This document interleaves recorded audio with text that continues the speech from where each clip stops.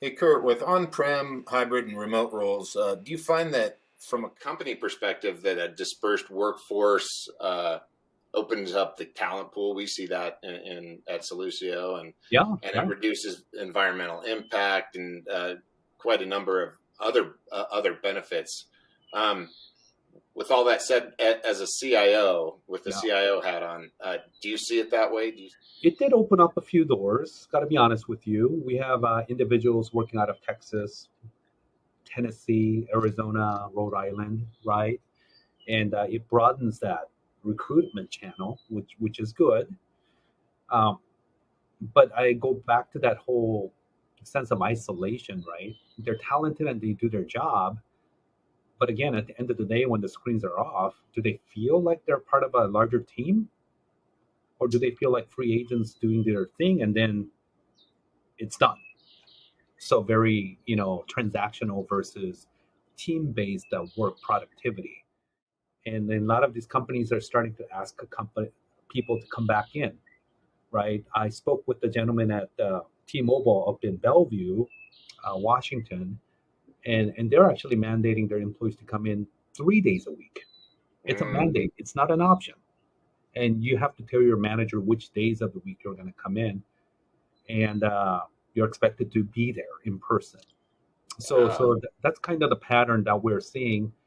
And here at ProLiance, we haven't broached that yet. But when you go to our care centers, I guarantee you, we have people there. do you think that initial perceptive threat of COVID now seemingly waning, hopefully, um, that on-site policies or mandates will solidify in 2023, or do you think that having this kind of looming recession that'll remain somewhat flexible or even reactionary?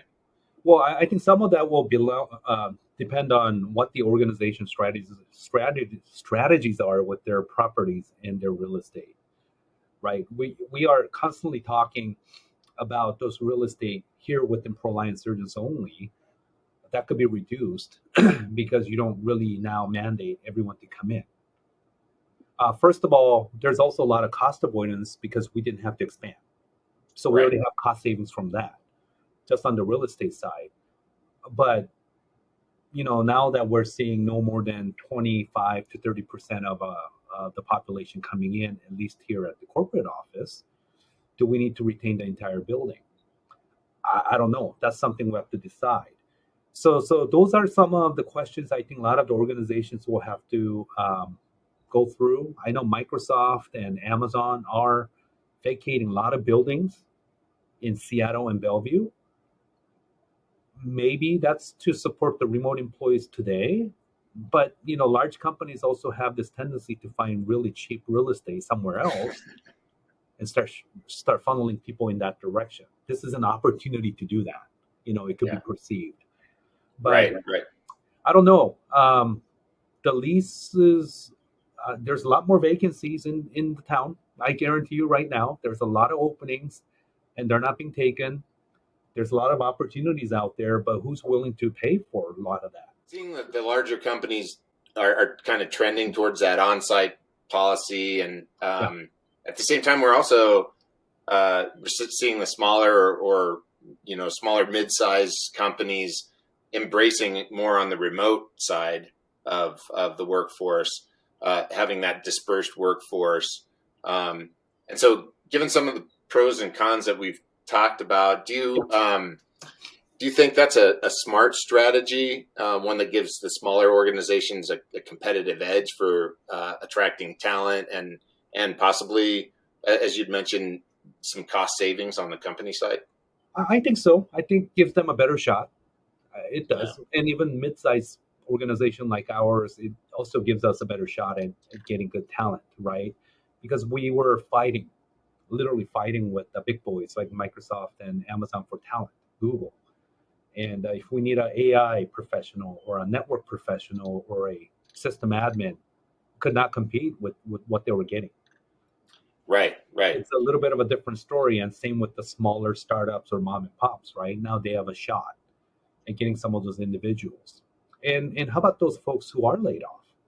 Where are Right. they going to go? right? So we now have another pool of candidates that we could kind of scope out and try to bring in.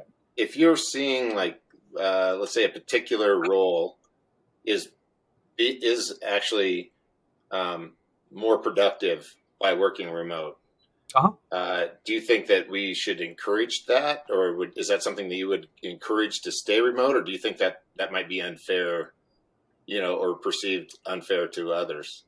Well, here's another side to that. If they're productive at home, what are they sacrificing at home to be productive? Yeah, good point. Are they neglecting their family? Are they neglecting their lives? Are they foregoing other things? And how about the downtime they need to get some breather or wind in their sails? That hour commute in the morning is a nice downtime. Right. Then that hour and a half or so in the evening going home in your car, Michael, is a very nice downtime if you're wound up. So at home, what are you doing to wind down? Right? And if these guys can tell us, then no, we're not going to encourage that, because encouragement becomes mandate. And unless we understand their situation better, yeah, we would not mandate anything.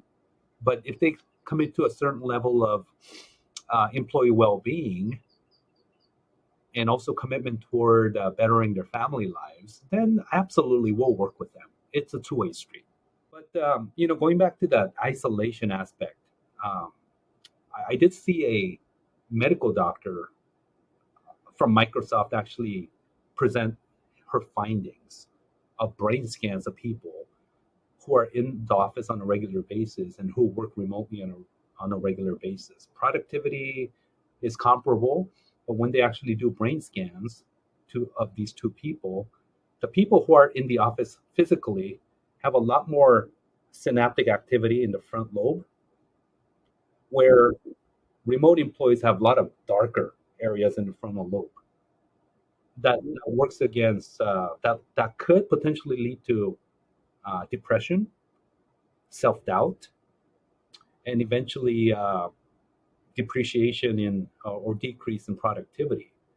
And it's a scientific proof that if you don't interact physically in a live environment, because there's a lot of other senses that impact you if you're somewhere, versus like the Zoom call is basically visual and audio. There's really nothing else. But if you are in a room with someone, Michael, I might smell the flower in the back behind you. I will probably smell the air in Hawaii. I might smell the cup of coffee that you might be holding in your hand right there. All these other senses kind of hit you, and it gets the brain active.